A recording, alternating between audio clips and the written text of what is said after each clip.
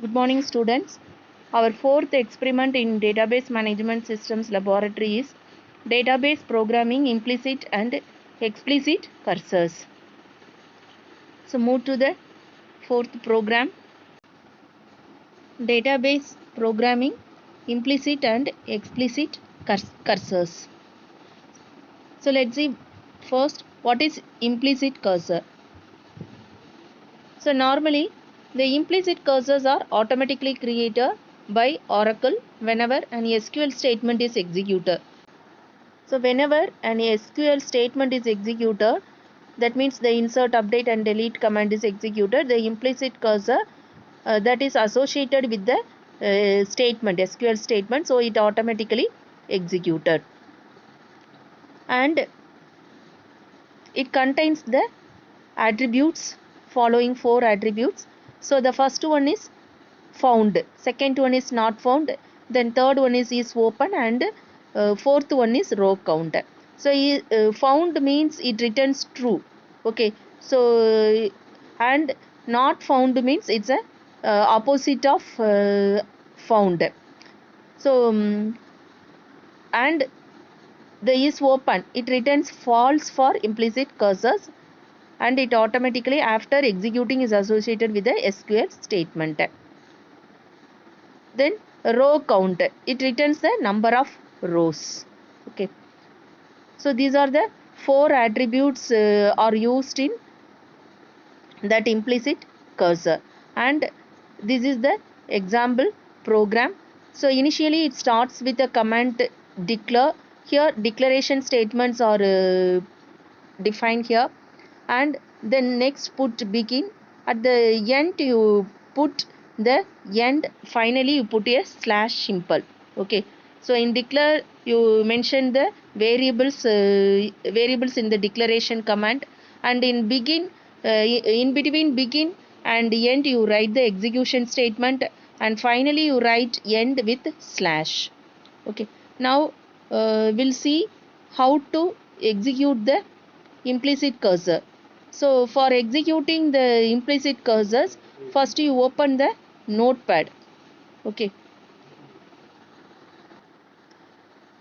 after opening notepad, type the PL for SQL procedure in the notepad. Okay, so now our program is, we are going to increment the salary of each customer by 500. Okay, so that is our implicit procedure. So I wrote the procedure. First starts with, you start with the declare command. Okay, so in declaration declare, under declare you write all the declaration variables. Then in between begin and end you write the execution statement. In execution statement I increment the value of each customers by the salary, that means the salary of each customer by 500. Then put at finally you put end and slash. Okay, so here at declaration statement I mention one variable total rows. Okay, it's a variable and its data type is number. Then in between begin and end I my execution statement is update command. So update the customer one, set salary equal to salary plus 500. So I update the value of salary is equal to salary plus 500. Then I write the condition. Okay, if SQL, that means the SQL is found means dbms dot output dot put line, that is a print statement. No customers selected. If it is not found, okay, so not found means you write customers not selected, otherwise you write customers selected. Okay, so this is the condition. So after that you save the file. Okay, so save the file. At the time of saving, create a new folder with the name dbms. So I create a new folder with the name dbms.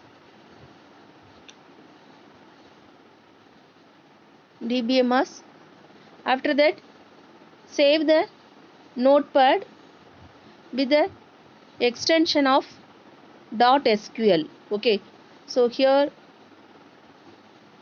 I put the file name implicit, then .sql. Okay, save the file name with the extension .sql. Okay, after that minimize the notepad, then in the run SQL command line just you type the command set server output on. Okay, type the command set server output on. After that give the path of that notepad.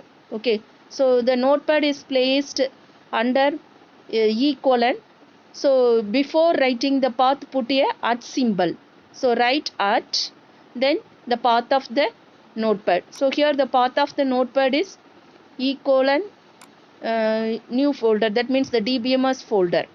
Okay, so copy it. After that you paste it in the SQL command line. Otherwise type at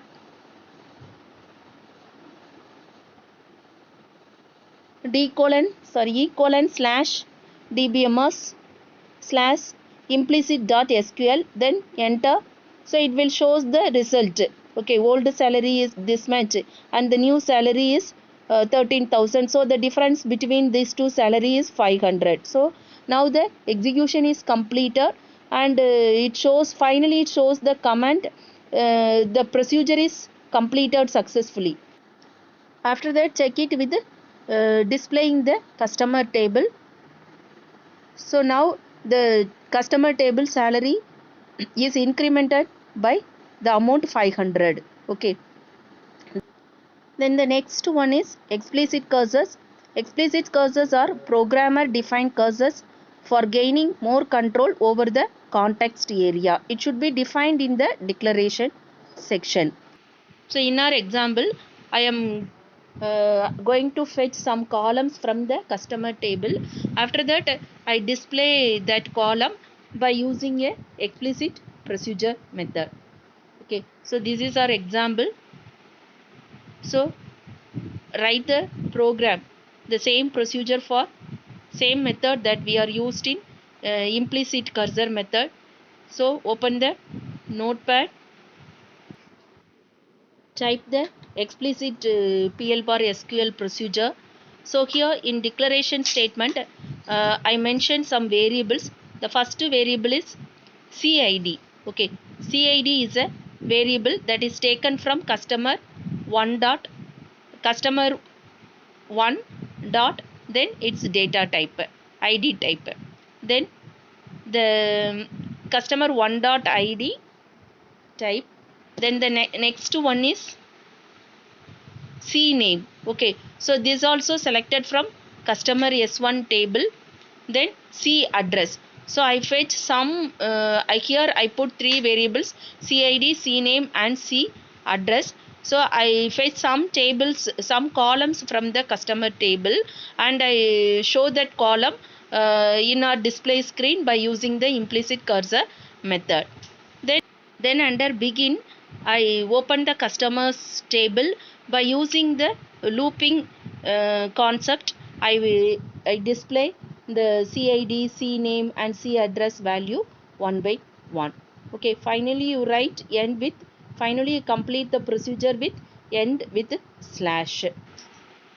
After that save the file in the dbms folder, dbms folder with .sql extension. At the time you save the file under all files. So explicit.sql.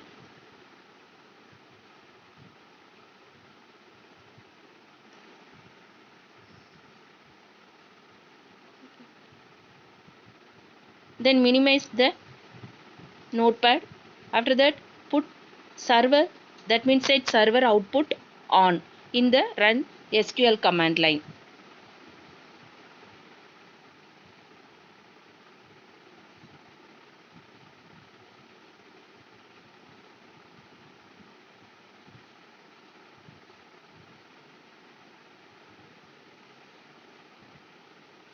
So already server output is on. So type the path of the explicit cursor. So at colon at e colon slash dbms then slash explicit dot sql. So it shows the customer id. Now see the output, it shows the customer id, name and the address. So now customer id is one, name is Joy and Atimarapati. Okay, so these alone displayed. So in explicit cursor means it's defined in the declaration section. In declaration section I mentioned the I fetch some column values, that means cid, cname and address from the customer table and display all those things in our display screen by using the explicit cursor method. I hope now you understand what is implicit and explicit cursor. So thank you students, thank you so much for watching. Thank you.